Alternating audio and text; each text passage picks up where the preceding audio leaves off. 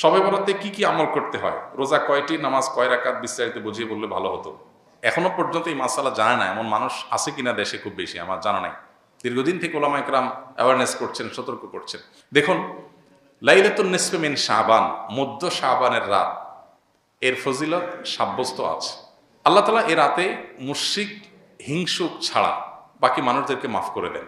এবং এ রাতের ফজিলত সংশ্লিষ্ট আরো অনেকগুলো হাদিস আছে যেগুলো জয়ীফ সূত্রে বর্ণিত, কিন্তু এই একটা হাদিস গ্রহণযোগ্য সূত্রে বর্ণিত হওয়ার কারণে অন্য যেগুলো আছে সবগুলোর একসাথ করলে মোটা দাগে লাইলাতুন নিসফে মিন শাবান বা মধ্য শাবানের রাত, এটার নাম আমরা শবে বরাত দেই। আসল নামটা, হাদিস দেওয়ার নাম কোনটা? লাইলাতুন নিসফে মিন শাবান, মধ্য শাবানের রাত। শবে বরাত এটা আসল নাম না। তো এই মধ্য শাবানের রাতের ফজিলত সাব্যস্ত হয়, কিন্তু এইটাকে আমরা যেইভাবে যারা পালন করি তারা যেভাবে ঘটা করে করি, যেমন সারা রাত জেগে ইবাদত করা আল্লাহর ক্ষমা লাভের জন্য বা মাগফিরাত লাভের জন্য, যাতে মাগফিরাত হয়, গুনাহে ক্ষমা হয়, সেটা আপনি চেষ্টা করছেন। এটা আপনার ব্যক্তিগত অ্যাপ্রোচ থেকে আপনি করলেন।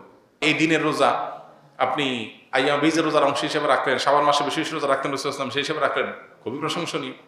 কিন্তু আলাদা করে শবে বরাতকে কেন্দ্র করে এই দিনের রোজা রাখার বিশেষ কোনো নির্দেশনা বিশুদ্ধ হাদিস দ্বারা সাব্যস্ত নয়।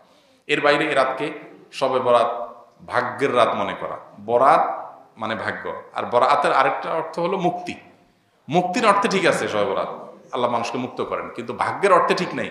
সূরা দুখানের শুরুতে আল্লাহ বলেছেন, ফিহা ইউফরাকু কুল্লু আমরিন হাকিম ইন্না আনজালনাহু ফি লাইলাতিন মুবারাকাহ ইন্না কুন্না মুনজিরিন। আল্লাহ বলেছেন, কোরআন আমি একটি বরকতময় রাতে নাজিল করেছি। কোন রাত সেটা? ওই যে ইন্না আনজালনাহু ফি লাইলাতিল কদর। আরেক জায়গায় আল্লাহ বলেছেন, কোরআন আয়াত আর আয়াতের ব্যাখ্যা করে আল্লাহ বলেছেন, ফিহা ইউফরাকু কুল্লু আমরিন হাকিম। যে রাতে কোরআন নাজিল হয়েছে সে আয়াতে, সে রাতে গুরুত্বপূর্ণ সব বিষয় ধার্য করা হয়। তার মানে লাইলাতুল কদরই গুরুত্বপূর্ণ বিষয়গুলো ধার্য করা হয়। অতএব সব রাতে ভাগ্য নির্ধারণ করা হয়, এটি বিশুদ্ধ মত না। তবে এ রাতের বিশেষ কোন নামাজ, বিশেষ নামাজের সংখ্যা, বিশেষ সূরা, এরকম কোনো কিছু সাব্যস্ত নাই। এরকম কিছু সাব্যস্ত আছে মনে করলে বরং বিদআত হবে, যে এত রাকাত পড়তে হবে, এই সূরা দিয়ে পড়তে হবে। আল্লাহর মাগফিরাত লাভের জন্য আপনি যদি চেষ্টা করেন সেটা প্রশংসনীয়, সেটা ভিন্ন বিষয়। প্রত্যেক রাতেই তো আপনি আল্লাহর মাগফিরাতের জন্য চেষ্টা করা কর্তব্য বা করা উচিত। আল্লাহ তাআলা প্রতি রাতেই ভোর রাতে মানুষকে ডেকে ডেকে ক্ষমা আহ্বান করেন। এই জন্য শবে বরাতকে ঘিরে রাতের বিশেষ নামাজ, বিশেষ পদ্ধতির নামাজ নাই। তবে এ রাতে ক্ষমার বিষয়টা সুসাব্যস্ত, ক্ষমা লাভের চেষ্টা করা এটা গ্রহণযোগ্য। শবে বরাতের জন্য নারীদের স্পেশাল আমল কি? নারীদের স্পেশাল আমল তো হালুয়া বানানো। স্পেশাল আমল মানে স্পেশাল কাজ। কারণ শবে বরাতকে কেন্দ্র করে হালুয়া টালুয়া বানানো হতো, হালুয়া রুটি, গোশত রুটি এগুলা বিতরণ করা হতো। এগুলো এখন যদিও উঠে গেছে, কালচারাল বিষয়। এগুলো উঠে যাওয়াতে যে নারীরা সব নেকামল শুরু করে দিয়েছে তাও হয় নাই, সেটা যেমন বাস্তবতা। আবার ঠিক একইভাবে কোরআন সুন্নাহ বলেনি এমন কিছু কোরআন সুন্নাহর আমল মনে করে এস্টাবলিশড করা, বেদাতকে জিয়ে রাখা, এর ভিতরেও ইমানদারের কল্যাণ নেই। সেটা আমাদেরকে মাথায় রাখতে হবে। তো শবে বরাতকে কেন্দ্র করে নারীদের জন্য স্পেশাল কোনো আমল নাই। এগুলো ইউটিউবারদের বিভিন্ন আইটেম।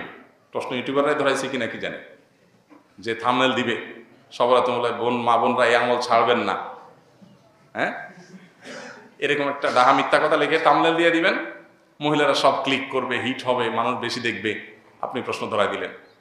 তো এর মাধ্যমে আপনি একটা ভুল ধারণাকে সমাজে, সবাই তার ক্লিক করবে না, অনেকে মনে করবে আচ্ছা তাহলে স্পেশাল আমল মনে হয় আছে। আবার অনেকে বলবে যে না, এই মৌলবী এটা ভুল কথা বলে গেছে, স্পেশাল আমল তো নাই, সে তো ভিতরে দেখবে না কি আছে।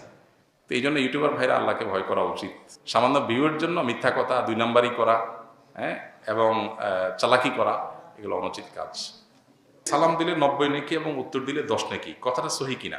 এটাও বহুল প্রচলিত একটি গায়রে সহি কথা। সালাম দিলে 90 নেকি, সালামের উত্তর দিলে 10 নেকি, এরকম এইভাবে কোনো হাদিসে বিশুদ্ধভাবে সাব্যস্ত হয়নি। যেটা আছে সেটা হলো, কেউ যদি আসসালামু আলাইকুম বলে তাহলে সে 10 নেকি পাবে, ওয়া রাহমাতুল্লাহ যদি বলে আরো 10 নেকি যোগ হবে, ওয়া বারাকাতুহু বললে আরো 10 নেকি যোগ হবে, তাহলে মোট কত হলো? 30। এটা হাদিস দ্বারা সাব্যস্ত। দিলে 90 আর নিলে 10, এটা কোনো বিশুদ্ধ হাদিস দ্বারা সাব্যস্ত না। তবে হ্যাঁ, এটা ঠিক যে সালাম নেওয়ার চাইতে সালাম যিনি দিচ্ছেন তার সওয়াব বেশি হবে, কারণ তিনি ভালো কাজের সূচনা করেছেন। আবার আরেকটা ইম্পর্টেন্ট কথা হলো, সালাম দেওয়াটা সুন্নত, নেওয়াটা ওয়াজিব। দেওয়াটা সুন্নত, নেওয়াটা ওয়াজিব। এখানে ইসলামের একটা সামাজিক সৌন্দর্য দারুণভাবে ফুটে ওঠে। সেটা কি? একজন মানুষ আপনাকে সালাম দিয়েছেন, এখন আপনি যদি জবাব না দেন, তার মানে আপনি লোকটাকে ইগনোর করলেন, অপমান করলেন, তার সালামটাকে আপনি ডিনাই করলেন, তাহলে আপনি একটা লোকের কষ্টের কারণ হলেন। এটা আপনি করতে পারেন না। ইসলাম আপনাকে সামাজিক হতে বলেছে। তিনি যদি আসসালামু আলাইকুম বলেন, আপনি সৌজন্যতার খাতিরে ওয়ালাইকুম আসসালাম বলতেই হবে। হ্যাঁ, আপনি কাউকে সালাম দেন নাই, আপনি গুনাহগার না। কেউ দিয়েছে, আপনার এখন সৌজন্যতা রক্ষা করতে হবে। কেউ হাঁচি দেওয়ার পর আলহামদুলিল্লাহ বলেছে, আপনি শুনেছেন, তাহলে আপনার উপর ওয়াজিব ইয়ারহামুকাল্লাহ আপনাকে বলতে হবে। এটা মিন হাক্কিল মুসলিম এবং ইমানের ৭৭ শাখার একটা, যে হাসি দিয়েছে আলহামদুলিল্লাহ বলেছে, আপনি শুনেছেন, তাহলে জবাব দিবেন। কেন? কারণ লোকটা হাসি দিয়ে যখন আলহামদুলিল্লাহ বললো এবং আপনি শুনতে পেয়েছেন, তাহলে সেক্ষেত্রে আপনি রিপ্লাই করার অপশন যেহেতু আছে, রিপ্লাই যদি না করেন, ব্যাপারটা হলো আপনি অসৌজন্যতামূলক আচরণ করলেন, তাকে আপনি ইগনোর করলেন, অপমানিত করলেন। এটা করতে পারেন না। এই জন্য কারোর সাথে দেখা হলে হাসিমুখে কথা বলতে বলা হয়েছে। হাসিমুখে কথা না বলে মানে আপনি তার দ্বারা বিরক্ত হতে পারেন। হাসিমুখে কথা বললে পজিটিভ অ্যাপ্রোচে কথা বললেন। ইসলামের যে সামাজিক সৌন্দর্য আছে, এখনকার পৃথিবীর মানুষ ভদ্র হয়েছে কয়দিন আগে, কয় বছর আগে। ইসলাম 1450 বছর আগে এগুলো শিখেছে আমাদেরকে। এখন বলে মে আই কামিং স্যার, আমি আসতে পারি? আল্লাহ কোরআনে 1400-1450 বছর আগে শিখেছেন এই জিনিসটা, যে তোমরা কারোর বাসায় কারোর কক্ষে প্রবেশ করার আগে অনুমতি নাও, অনুমতি দিলে ঢোকো, আর না হলে ফেরত যাও। ইসলামের চাইতে আধুনিক ইসলামের চাইতে বেশি সৌজন্যতা বোধ আর কোথাও কোনো সমাজে কোনো কিছুতেই নাই। অতএব যে ইসলাম পালন করবে তার ভিতরে তার সবাই আছে, আর যার ইসলাম নাই তার হয়তো কিছু থাকতে পারে, আরেকটা নাই, তার দুনিয়া আছে আখিরাত নাই। আর আমরা তো আল্লাহর কাছে দোয়া করব, রব্বানা আতিনা ফিদ দুনিয়া হাসানা ওয়া ফিল আখিরাতি হাসানা। আমির মুআবিয়া সম্পর্কে মতামত ভালো নাকি খারাপ, হাজ্জাজ বিন ইউসুফ সম্পর্কে মন্তব্য, মিলাদ কিয়াম সম্পর্কে মতামত, কেমন টুপি পরা সুন্নাত, রসুল কেমন টুপি পরতেন। অনেকগুলো প্রশ্ন, এক একটা 1 ঘন্টার লেকচার।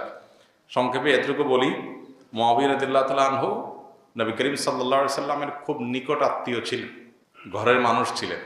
কাতেবে ওয়াহি, নবী সাল্লাল্লাহু আলাইহি সাল্লামের প্রতি যখন ওহী আসতো তিনি ওহী লিখতেন।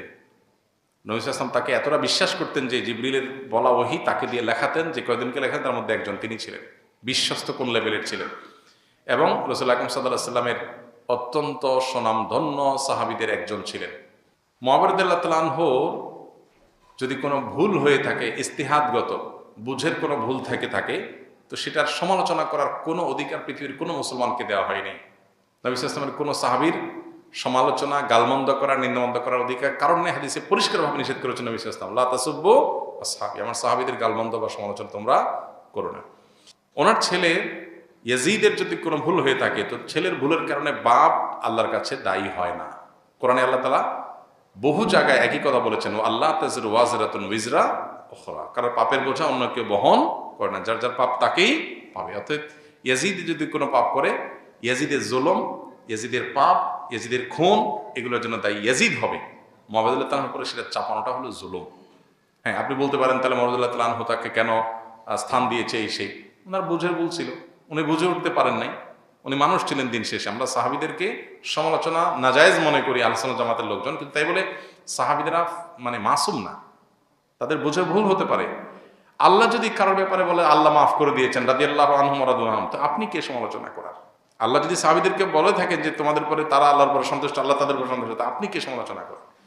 সাহাবীদের পর সমালোচনার রাস্তা আমাদের ওপেন করা উচিত না। তবে হ্যাঁ, তারা সবাই নিষ্পাপ ছিলেন না, মানুষ হিসেবে তাদের ভুল ত্রুটি হয়েছে।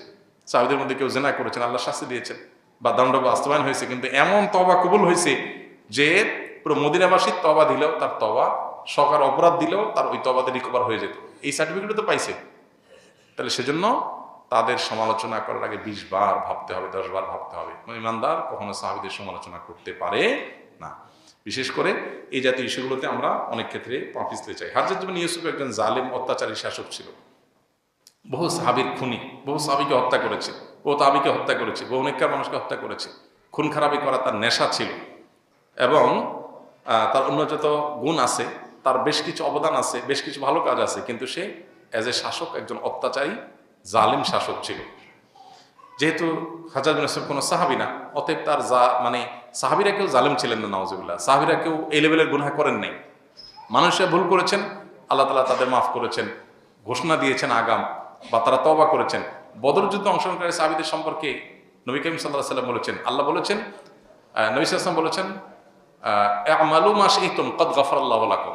যারা বদর যুদ্ধে শরীক হয়েছেন 313 জন সাহাবী, নবীজি বলেছেন, সহিহ বুখারীর হাদিস, আমালু মা শি'তুম, তোমরা যা খুশি করতে পারো, ক্বাদ গাফারাল্লাহু, আল্লাহ তোমাদের অগ্রিম মাফ করে দিয়ে রাখছেন। তাদের সমালোচনা আপনি কিভাবে করেন, কোন অধিকারে করেন? আমি করতে পারি না আসলে।